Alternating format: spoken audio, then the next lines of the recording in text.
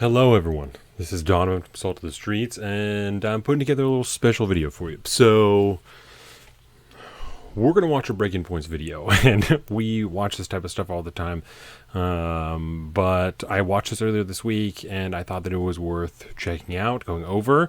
It is an interview that the Breaking Points people did, Saagar, Enjeti, and Krystal did with Republican candidate for president Vivek Ramaswamy. And a little bit of context, I know almost nothing about Vivek before I went into this. I know Colin has talked to me a lot about him, and Josh has mentioned him to me before, friend of the podcast, Josh Keaton, and I know nothing about him. I am thoroughly unactivated and uninterested in 2024, and so I am actively not looking into any of the candidates. I've seen some stuff with RFK, obviously. We've talked about some stuff like that, him being on JRE and whatnot, but other than that, I'm not looking into any of the people that are coming in because I just don't care. So we're going to take a look at this interview, and hopefully I'm going to try and be as objective as possible about Vivek because I know nothing about him. I know that he has a business background. He's not from politics, but I don't know what type of companies he's owned. I don't know any of that type of stuff. I don't know anything about him. So we can proceed forward with that knowledge. And you guys, if you've been watching the show for a while, then you kind of know how I feel about specifically Krystal, how Colin and I feel specifically about Krystal at the Breaking Points crew, but Saagar and Enjeti also, and just kind of the way that operation is turned. And so that's going to kind of be a big focus of this, is how corporate this operation has become, the unfairness that the unfair way that I felt that the interview was conducted in, and I'm going to underline again exactly how corporate they have become. How also, it's a big Krystal because she's a big portion of this interview. Saagar says very little. So we're going to focus a lot on her, and I'm going to try and make a case for how she's just kind of a party shill. She doesn't really have morals. She's not thinking about this from the principled way that she always argues that she is. This is really just about votes for her. We talked a lot about this when Fetterman was running for office, and she's like, I don't really care what's going on as long as he's going to vote the right way. As long as he's going to vote the way the Democrats vote, that's fine with me as long as he's a walking corpse. It's the same way that she feels about Joe Biden. She's only now starting to question them because, in my opinion, the corporate media has started to come out. They're now having to question Joe Biden's legitimacy, his age, whether or not that's going to affect his potential run in 2024 and his potential presidency after that. Now that the corporate media is starting to come out and question that, they're beginning to feel comfortable really saying, well, we really need to deal with this. You know, this might really be an issue. So, before we continue, I want to thank you guys for watching the video. YouTube, share, like, tell everybody about it. Of course, bring more to people if you're here watching this. I hope that you enjoy. I know that you guys shill for Breaking Points really hard. We have gone over many of your comments. It is delicious. I love it. Keep it coming. So I'm going to try not to interrupt too much. It's a 31-minute interview. There's one thing in here that I'm only going to kind of touch on because we're going to talk about it in another episode. I'm going to talk over them a little bit for just the smaller comments that I have, but if I'm going to make a bigger point, then I'll pause it and we'll go for it. So I know you guys are seeing the operation, the OBS, everything going on here. That is fine with me. There's nothing secret going on here. And let's go to the YouTube. So the first thing that I want to point out before we even begin is the start of this video, right? The point that they're making now, or the line that they're driving at the end of all these videos, is they want to replace corporate media. They want to replace these corrupt corporate media, replace the corrupt mainstream media, and so they're not even bearing the lead anymore. They don't want to be something new. They don't want to change journalism. They don't want to change the industry. They just want to replace the people that are already there. They don't like them. This coverage is very, very similar. The takes are almost exactly the same, and the more and more they develop this operation, the more they look like corporate media. We talked about their studio in the past, how it looks just like Morning Joe. We have talked about with the runners at the bottom or whatever they're called, right? The taglines, whatever, how they look just like corporate media. They almost have nothing to do with the actual content or the segment that they're doing. And now the beginning of this is this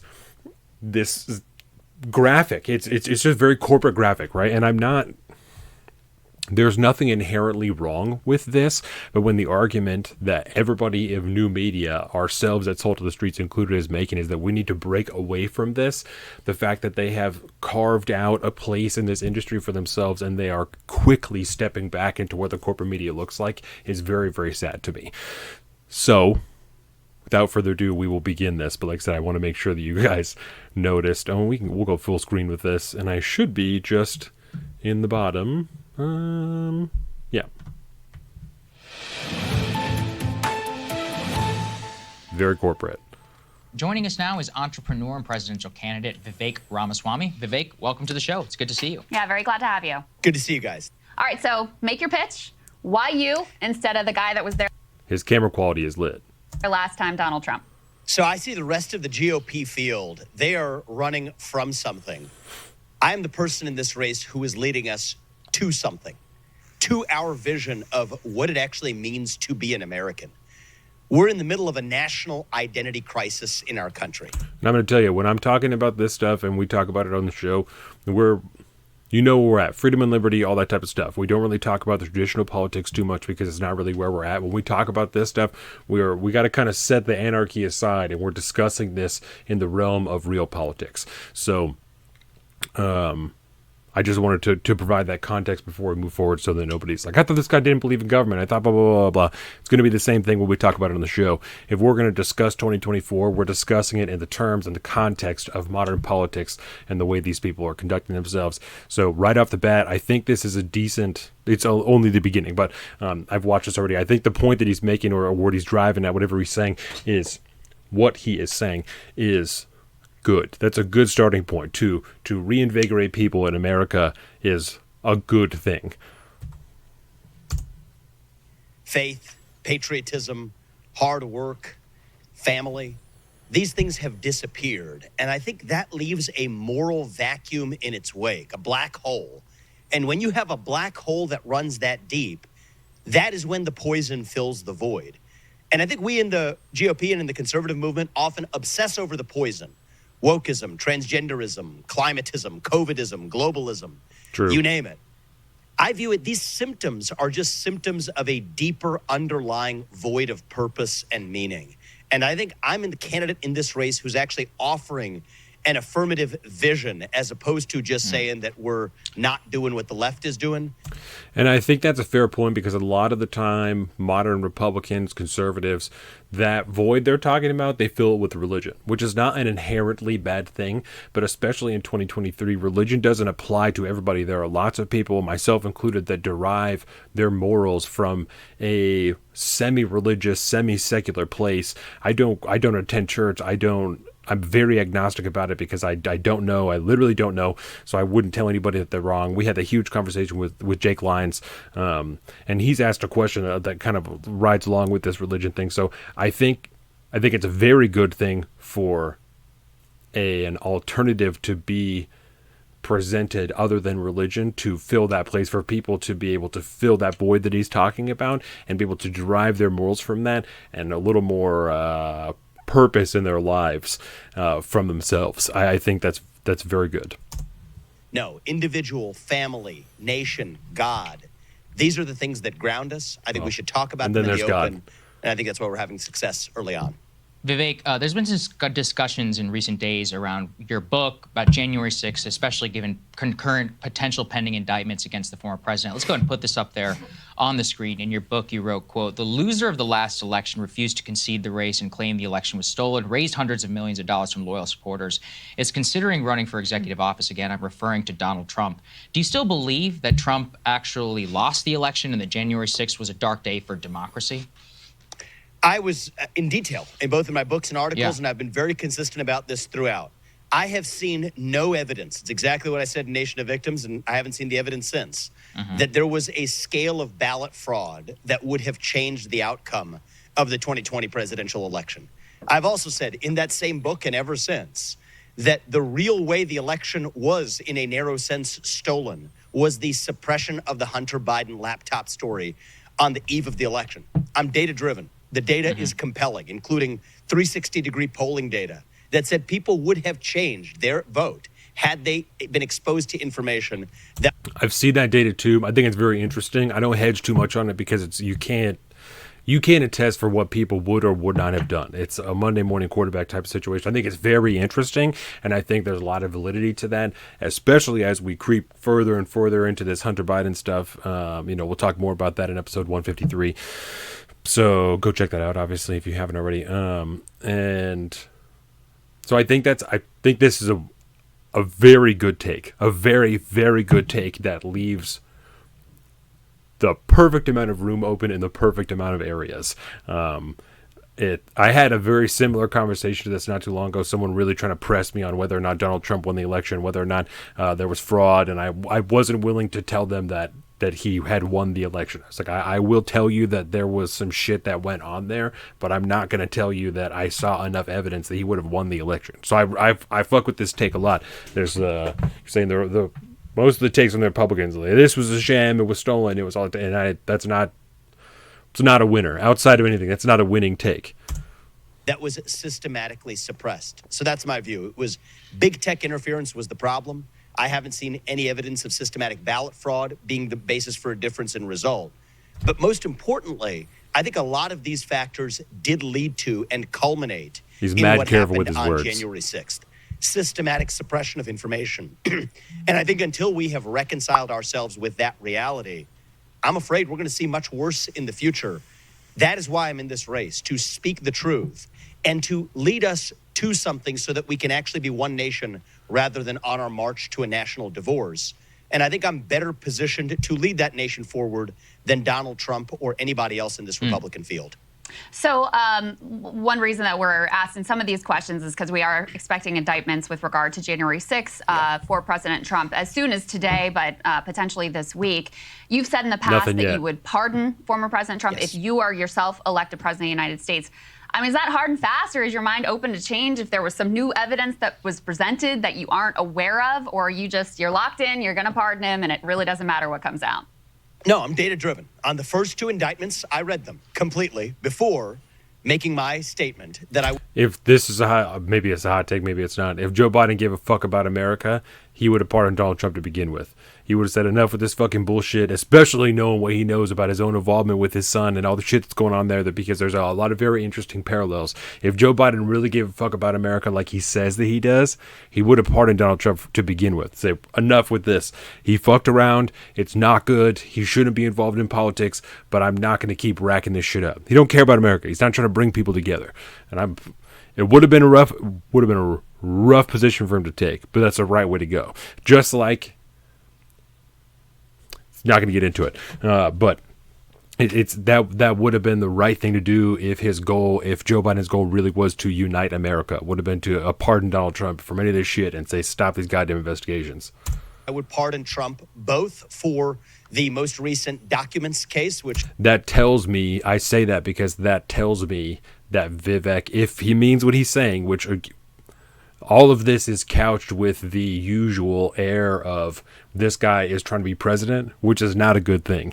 They all lie. He isn't a career politician, so I don't go into this with the immediate assumption that he is lying, but the mere fact that he is running for president, there's a large chance that he is. But this speaks, well, if his goal is to unite America, I think, like I said, I think that that's a good thing. For reasons I've laid out elsewhere, we can go into it, I think is absolutely politically motivated, is absolutely a national disaster if this proceeds to a conviction. I think it was a disaster that it proceeded to an indictment. Yes, I would pardon him for that. And I would also pardon him for the New York case. And yes, I know, state law, federal law. I've made an argument on the pages of the Wall Street Journal as to why the president can pardon I haven't him read for none that of his crime shit as well. Based on what I know, I would absolutely pardon him for the alleged offenses underlying a potential January 6th indictment. I think that would be a national disaster as well, potentially even more dangerous than the other two because of Section 3 of the 14th Amendment. This one could actually disqualify him from holding office. And I say this as somebody who's now polling third in the Republican field. It would be easier for me if Donald Trump were not in this race. But that is not the way I want to win this election. I think that we should not become a country where the party in power uses police force to indict and eliminate its political opposition. So that's Vivek, not the way we do things in this country. I want to get clarity on your position. So We're seeing on the that with documents impeachment case now. in particular, first of all, I want to ask you, given what we know, and he deserves his day in court, et cetera, but looks pretty clear.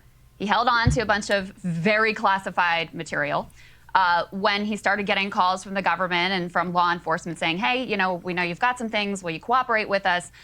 According to what's been presented so far, it looks like not only did he not cooperate, that he, moved some boxes around and tried to conceal exactly what he had. It's how you know you're not thinking. We talked about this before. It's how you know you're not thinking about the situation. The fact that we're talking about someone who can't have papers and they can't have papers one day.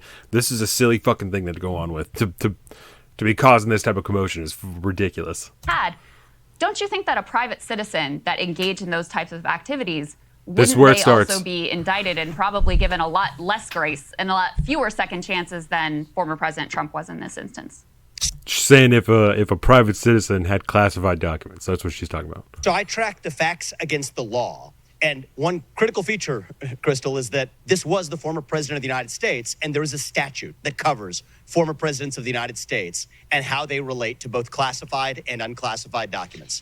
That's the Presidential Records Act. So there's a law that came exists that after differentiates the act between a under president which and he a was regular indicted, citizen. which I think is Regular one of the most citizen. un-American statutes, the Espionage Act. And I wrote an extensive piece in the Wall Street Journal about why I would repeal that act. It's been abused for most of our national history. I think it was abused here. So the Presidential Records Act makes clear what access a president of the United States has to at least unclassified documents. On the theory that he's being prosecuted against, actually the Espionage Act does not distinguish between classified or unclassified documents. Correct. Which means that there's a strong legal argument that the Presidential Records Act supersedes the Espionage Act as it relates to presidents who who deal with classified or unclassified documents. So And your I believe issue in tracking isn't The fact that the argument exists like this, that there's a legal argument that exists, means that it isn't open and shut the way the corporate media is telling you that it is. The way that Krystal Ball is telling you that it is right now. Isn't it pretty open and shut? law very carefully. It's a legal So point, you but actually this is the law. don't think that he deserved indictment here and that it doesn't have to. So you think a president in theory could be indicted or a former president could be indicted. You just disagree with this particular legal case. Is that the gist of your position here? That's absolutely correct. On strong legal footing, this was a bad judgment. And I want to be very clear. I would have made in many of these instances, probably in every one of these instances, He's talking about different Trump keeping the judgments documents. than Donald Trump made. And I will remind you, I'm running against him for Right. this nation in a Republican primary. But we cannot conflate a bad judgment with a crime. We have to actually match it up with the law. That's the problem with the Alvin Bragg indictment. That's the problem with the first Jack Smith indictment. These facts do not meet the law and the legal test relevant to the actual facts at issue.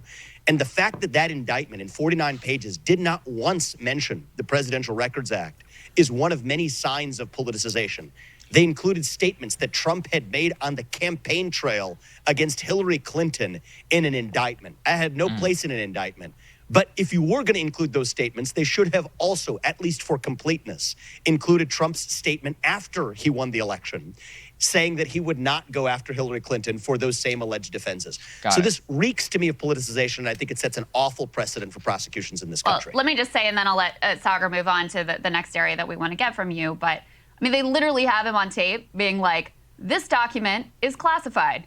When I was president, I could have declassified it. Which again underlines the lunacy of this entire fucking situation. He had the shit. If it's that big of a deal, how do you walk out of the building with the documents? But I didn't do that. Let me show it to you. It seems to me, and based on a lot of the legal analysis that I've read, and even his own lawyers and team saying that they think that his only out now is not through the legal system, but by winning re-election as president of the United States, that this is a fairly compelling case. It's certainly one that would be brought against an ordinary citizen. So we'll just agree to disagree on our legal analysis here, because I want to move forward. Just Go ahead, Vivek. one small point, because just, Krystal, the critical point is there is a special law that deals with president. Do you see how she didn't listen at all? That he's already explained this point, that he's like, well, there's a law that actually differentiates the case between a standard citizen doing this thing and a president. And she's like, well, so I guess this and this, so we'll just have to agree to disagree. He literally didn't listen to what he just said because he's now going to re-explain himself answering your fucking question. Presidents of the United States. So the analogy of what an ordinary citizen would or Yeah, but would he's not not have been president prosecuted anymore. for.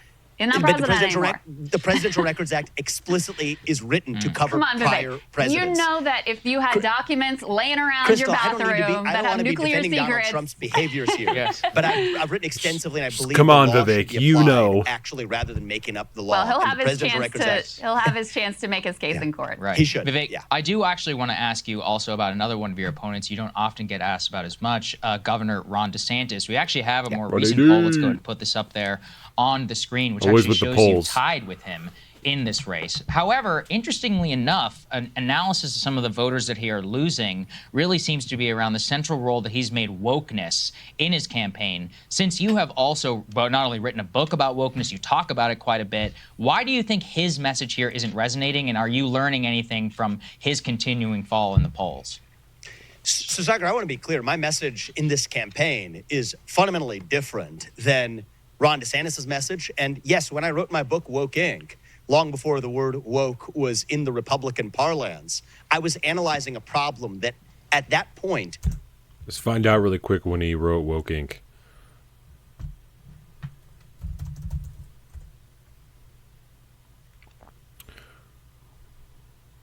Woke Inc. See, we're going to Amazon now. Vivek. Let's see, what was the year?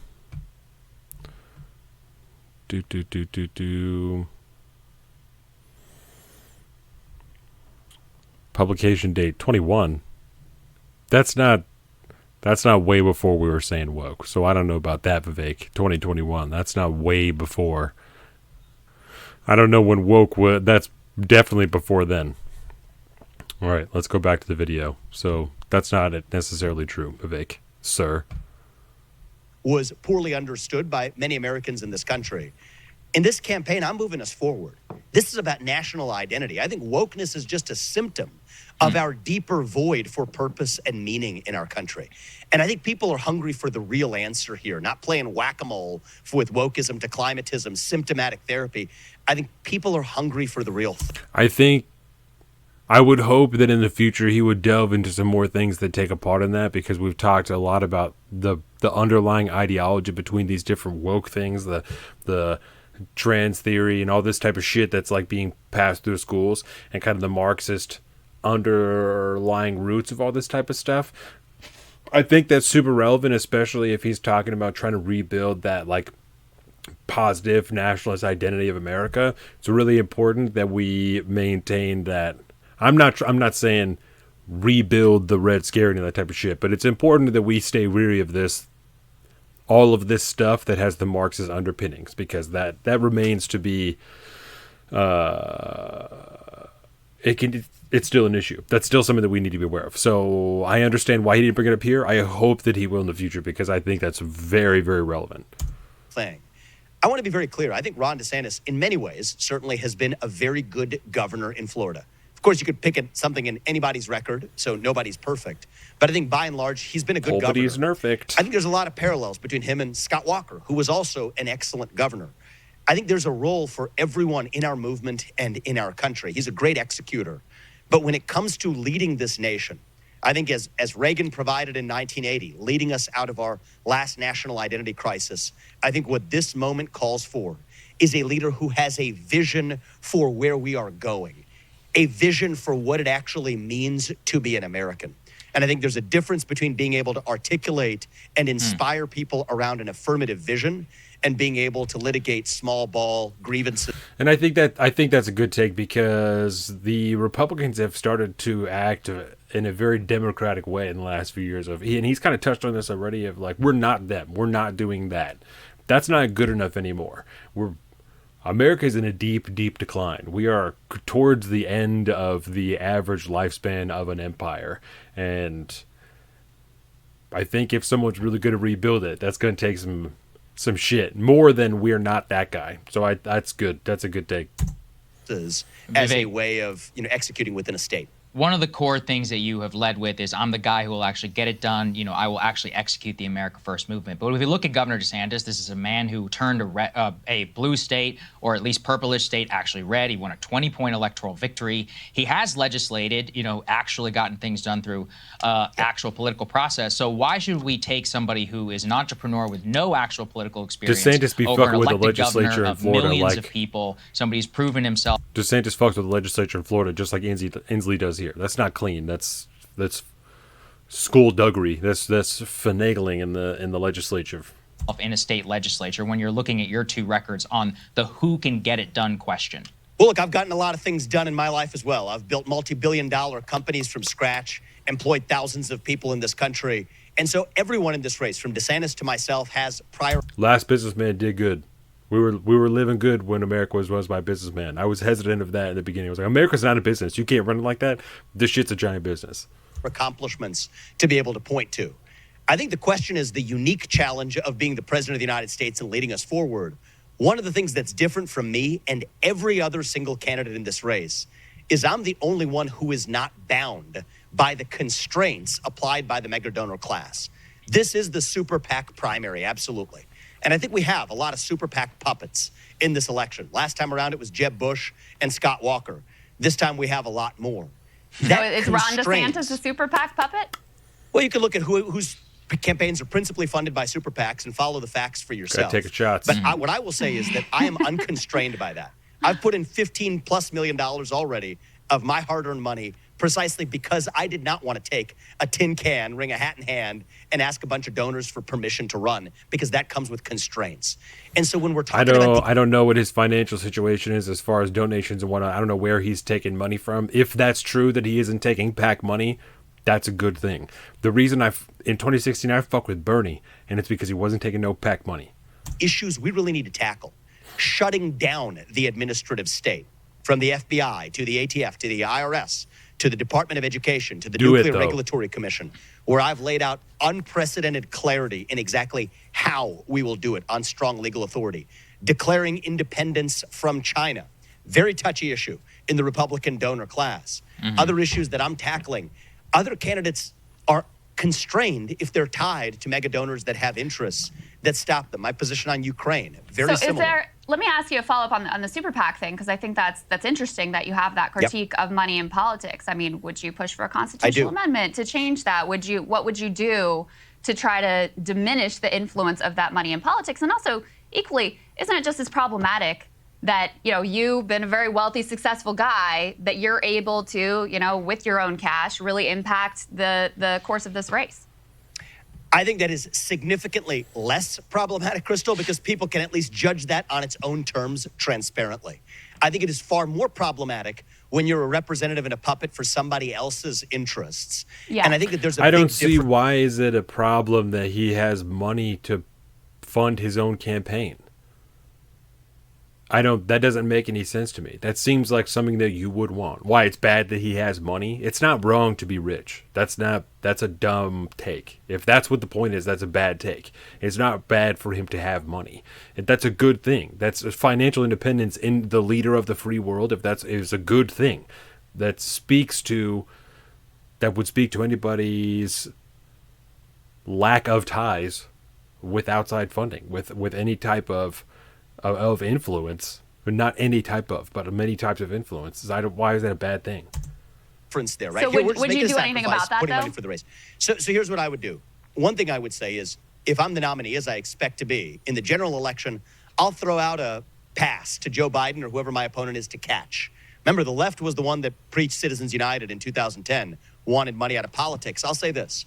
We'll make a handshake deal that we both shun super PAC money. We're not going to show up at events where a super PAC representative is also present. You're not looking for any sort of legislative change, though? Well, I'm going in order of what's actually achievable, because Citizens United is a complicated holding, and this is complex terrain, and I've spent years studying this. I share much of the left's agita with the influence of money in politics. Read Wokeness carefully. That's what the book is about, actually. So that's the first thing I would do, and I would make that deal with anybody else in this Republican primary. The other thing I would say is there's a difference between super PACs and PACs, right? So there are these 501c4 entities that have, such a complicated, unnecessarily Byzantine arrangement. But there are certain rules that say, hey, at least there are certain kinds of money in these other kinds of tortured legal creations where it can't advocate for candidates specifically, but can advocate for issues. I think that's actually a reasonable middle ground to say that people still have their First Amendment protections using their own money to advocate for issues or for issues of public importance without actually throwing that money behind a candidate alone. And so this is complicated. It butts up against complex First Amendment jurisprudence. But I think the easiest way to lead is through action. And so I'll make a deal with anybody I'm running against, and if they abide by it, I'll commit to do the same. Shun the super PAC game and revive actually a race that is about one person, one vote, one person, one voice. That was the promise of the American experiment. We fought a revolution to say that we, the people, settle our differences through free speech and open debate in the public square where every person's voice and vote counts equally. The left used to be on board with that. I hope they still are.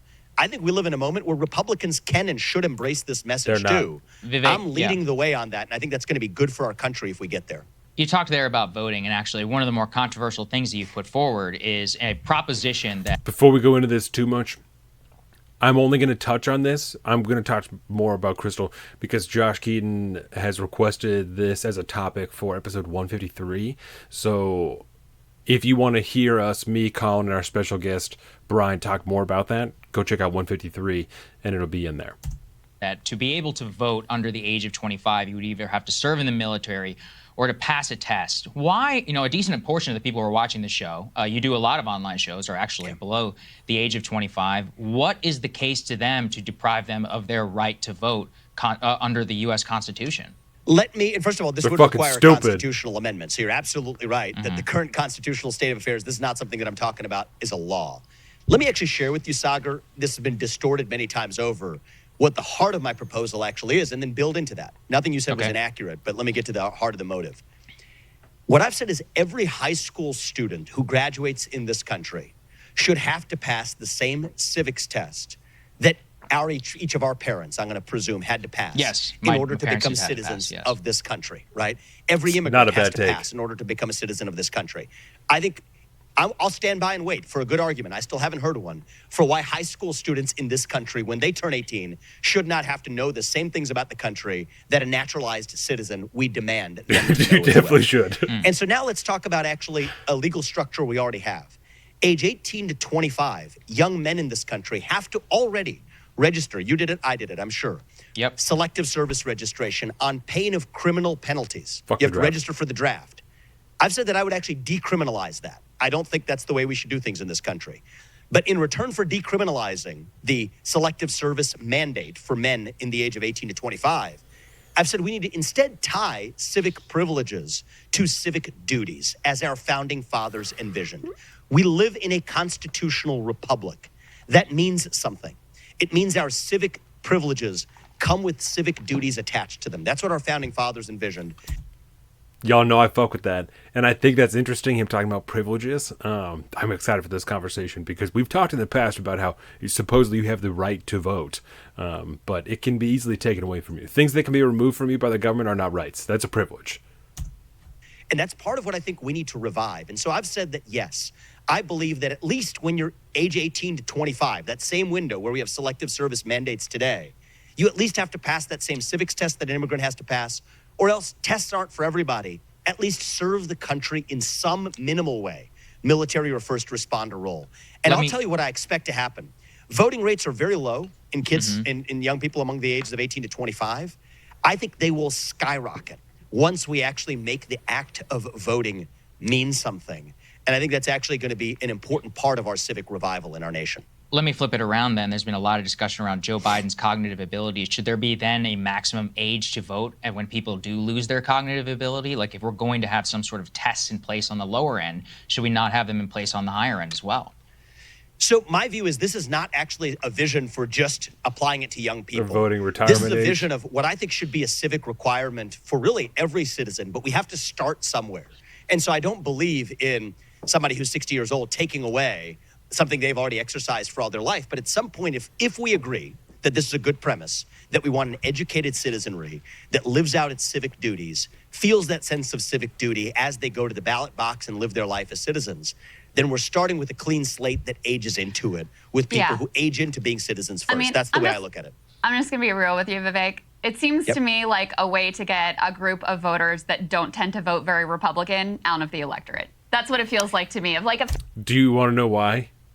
That's because she doesn't have any principles. She doesn't care about the future of America in large, grand scale. That may be a little bit exaggerated. She doesn't have actual morals. There are no real principles here that rely on any type of patriotism or actual, healthy nationalism.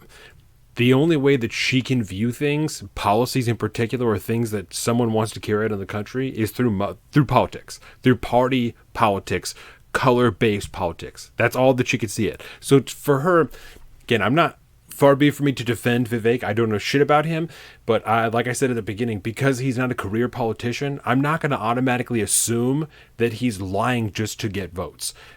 It should tell you something about Krystal Ball that she can't see a way in which he isn't trying to deprive a certain voting bloc who doesn't want to vote for them for their ability to vote. Fancy, you've articulated very well. You know, it's very like civic based, et cetera, et cetera. You use a lot of good language around it. Use a lot of good language around it. You've couched it very well.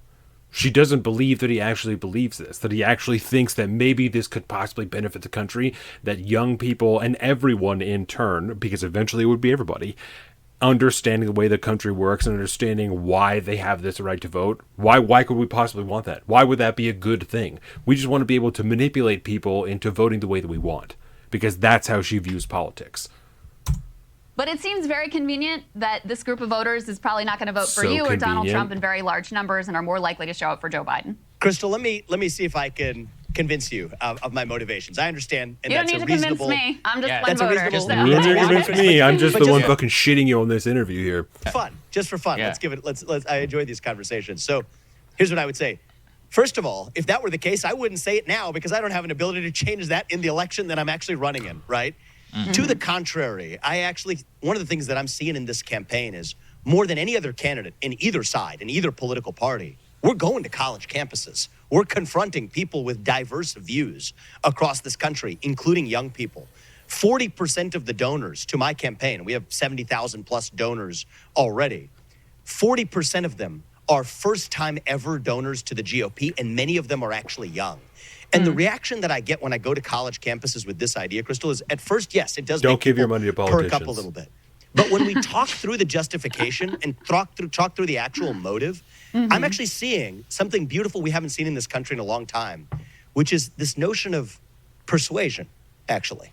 We If you don't know how the Electoral College works, you shouldn't be voting.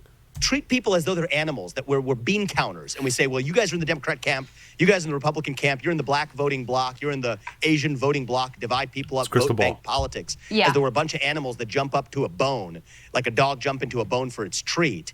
No, I believe that we're citizens. And what distinguishes us as human beings from animals is that we can engage in open persuasion and discourse. And so let me ask you a I little understand bit people about may that. impugn my motivations, but I doubt I can prove it to you. I'm like but I you. believe that this is going to be right for the country. I'm like you. I'm looking at the data, looking at which party that Yeah. this would benefit. And, you know, that's Unlike you, I'm looking at the data. Come on, dog. That's like, nope, I'm not saying you have to believe him, but to automatically assume that before he's even president, he's trying to knock out a voting bloc that might not vote for him. This is a good window into crystal ball. but I'm just one person. People can make their own decision. But speaking of the discourse, you know, one thing that I wanted to ask you, I've listened to a lot of your interviews. You know, I think you've gotten a lot of attraction online. You're coming up in the polls. Like, I think people really need to pay attention to what you're saying. And when you talk about people who are concerned with climate, you call them climatists, you call them climate cultists. You know, let's just put some of these news stories up on the screen here. More You've polls. got record high temperatures that are causing increasing death in Arizona. You've got workers who are dying from heat exhaustion. You've got Notice she's throwing numbers out, right? She's just throwing stats out. She's got a chart now. She's throwing NPR articles. She's talking numbers. people who are being choked by wildfire smoke from Canada. You've got an entire state of Florida that's basically uninsurable at this point. And the American people are living this reality increasingly at this point, and an overwhelming majority of them, some 2/3, say, yeah, this is a concern for me. So do you have the sort of contempt in your heart for them that comes out in that language when you would describe them as climate cultists?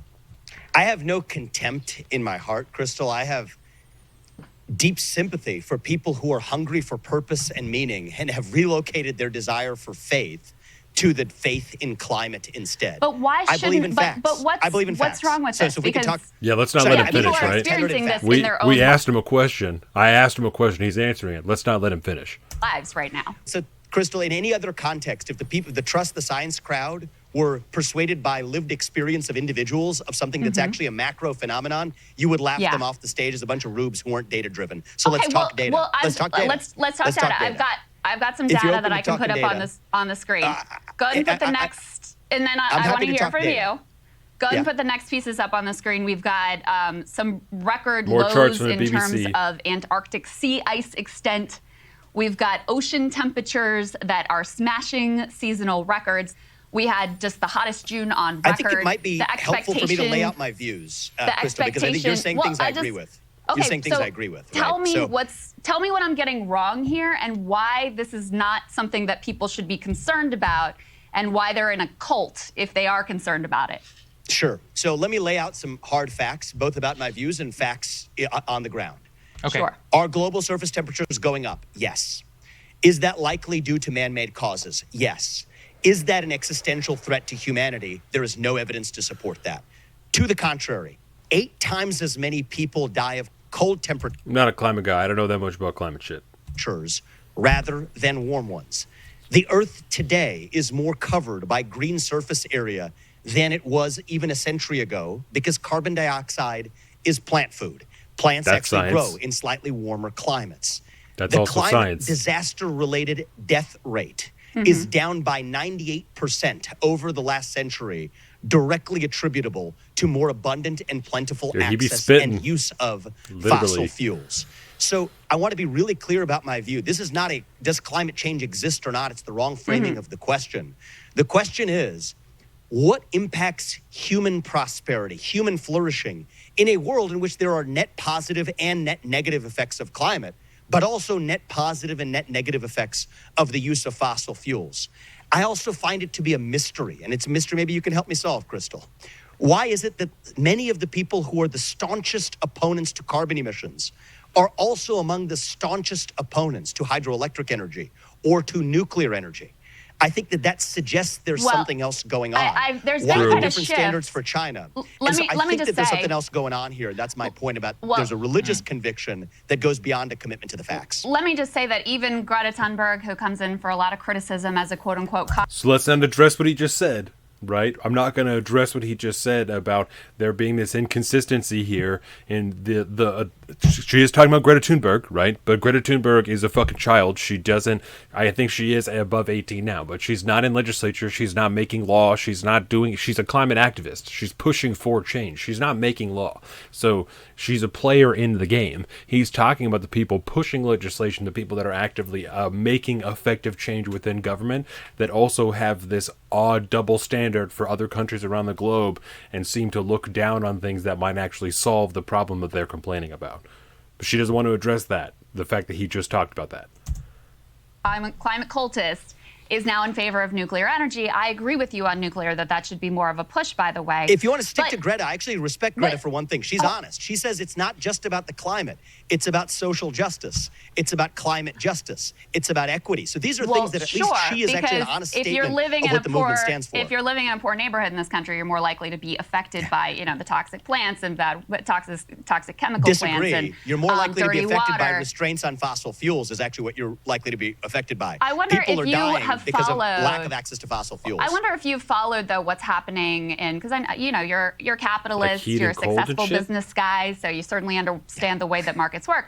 You look at Florida, you look at Louisiana, you look at Texas, Colorado, California. These are all places that insurance companies, home insurance companies, are pulling out of because the risk of catastrophic weather, extreme weather, is so great now that it doesn't make sense for them to insure in these marketplaces. I just don't. Florida, you talk about the I'm human not impact. saying that it's not real. I just saying that I don't know about it. Florida is becoming virtually uninsurable because of the lack of home insurance companies that are willing to operate. It does seem weird to me, knowing absolutely nothing about what she's talking about. It does seem odd to me in America, where people are always trying to make money, that there isn't an insurance company who's willing to scalp the fuck out of everybody who lives in Florida to give them house insurance or home insurance. This state.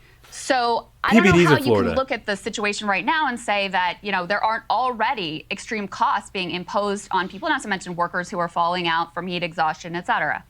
So, Krystal, I don't take my facts on the climate change debate from what the home insurance market is actually doing. In many ways, that's distorted by the same climate cult manifest through the ESG movement, because the shareholders of these companies, BlackRock, State Street, and Vanguard, are effectively requiring them to behave that It's almost like I knew there was something else going on. way. Why are they doing it? It's because CalPERS, State of New York, and large pension funds have said they won't invest with the large asset managers unless they're signatories of the Climate Action 100+ network. But That's let me say on $68 that trillion. too. So I've written books about this. We can go into I know as you much have. depth as you want. I know I know you have. You do know. I mean, on the ESG thing, I have my own critique of ESG. That it's greenwashing. That none of these companies care about the environment or climate or whatever. There are studies that show that the funds and the companies that claim ESG and they're all about it, et cetera, they're actually dirtier than the other companies. So in a sense, it's like she almost gets it. Like she's right there. But is just concerned about the corporations and not the people that are above them controlling them. Just that they don't care and that they're not making money. Or that they want to make money. That's very interesting. Like so close to the whole deal. And he's literally sitting. I mean, he's on camera, but he's in studio right now over camera. He's on the phone right now with you. And he's telling you the other half, and you're still like, yeah, but it's greenwashing. It's like, but it's more than that. It's so fucking close. She's literally just not listening to what he's saying. On that front. But Saagar has a question for you. I don't want to monopolize all the time, and I know that you have a limited amount of time for us as well. Actually, my last question for you, Vivek, is on Mexico. You've talked and shared a lot of the critique that we've had here on Ukraine about the military-industrial complex, about pursuing things that are not of our strategic interest. But you've talked on your website about using the military to annihilate Mexican drug cartels. I know previously you had at least rhetorically opened yourself up to an invasion. So, I mean, what are you going to send America's sons and daughters into Mexican territory? What military resources are you going to use? Are we going to declare war on Mexico? How is this all going to work? No, we're not going to declare war on Mexico. My top objective is to get Mexico to take care of its own problems. Saagar, there is a fundamental difference between what's happening with the drug cartels in Ukraine. What's happening in Ukraine does not affect... All right. I'm automatically hesitant or hesitant. I'm worried about this. We're going to get them to solve their own problems. This is the same shit that we've done in every other war that we're like. That's what we're doing in Ukraine right now. We're prior to the active invasion of Russia. That's what we're doing. Well, we're training them. We're investing in their defense so they can learn to do their own thing. We're now billions of dollars into Ukraine during an active invasion from Russia. Talk about it every fucking episode. It feels like Vietnam. We were there in the 40s. Why? To help them repel communism so they could defend themselves. We ended up there for 30 fucking years. Okay, Afghanistan was the exact same thing. We went there to train the Mujahideen so they could defend themselves. We ended up there for 30 fucking years. 20 years, excuse me. So that is something that you should be weary of, especially because we know, even if you just want to go back as early as Obama, the defense industry, the military-industrial complex is extremely persuasive. Millions of dollars is extremely persuasive. So I appreciate that this is what he's saying, but he's using the same language that got us in the last 3 legacy wars that we were involved in. 2 legacy wars for sure, potentially the third one with Ukraine. Because I'm planting my flag before, we're going to be back there in 20 years fighting them motherfuckers. Affect the lives of Americans here on American soil. What's happening with the Mexican drug cartels in Mexico does. So that's just a fundamental difference. But even against that backdrop, absolutely, I don't want to. Declaring war on Mexico would be a boneheaded idea. I'm not going to do it. So here's what I would do. On your website, though, on your website, you do say, use our military to annihilate Mexican drug cartels. So what does that entail? And the Mexican drug cartels are as much of a threat to the sovereignty of Mexico as they are to the United States. They're more of a threat to the sovereignty of Mexico. So here's what I would do. I've said that I would here's what I would commit to doing. Use our military to secure our own southern border. The wall has been insufficient. Cartel-financed tunnels built now underneath that wall. Trucks can drive through them. And then I would work with Mexico diplomatically to say that, listen up, for a tiny fraction of the amount we've already spent in Ukraine as of this date, we can help you solve your own problem and regain your sovereignty. There's a presidential election in Mexico. I think it's an important one in 2024 as well. Thankfully, AMLO is going to be out. Hopefully, new leadership embraces not the hugs, not bullets strategy that he has. I think that's been a mistake. I want to actually help Mexico solve its own problem because that will help us. But as a backstop. We saw how well that worked a couple months ago when they were in open fucking gunfights with the cartels in the streets, people shooting 50 cals at airplanes. If they don't solve the problem, then we're going to have to solve our own problem. And that's the way I expect this to end. Mexico will solve its own problem. Wait, but what does especially if we that stand mean? up with a spy. What does that mean? Are we talking about drone strikes on cartels in Mexico? Are we talking about cruise missiles? Are we talking about boots on the ground? If Mexico says we're not working with you, it means we have military on our own border, and there are a series of steps we can take. Turn off. It means we have military advisors that are teaching and helping the Mexican government coordinate the way that they're going to deal with the fucking this. It's the exact same thing. This I don't think that it's his intent. I think that obviously leaving the door open to be wrong, because like I said, he wants to tell 300 million people what to do. I don't think that his intent is to get us into a legacy war, but he's using the same fucking language that got us there in the past.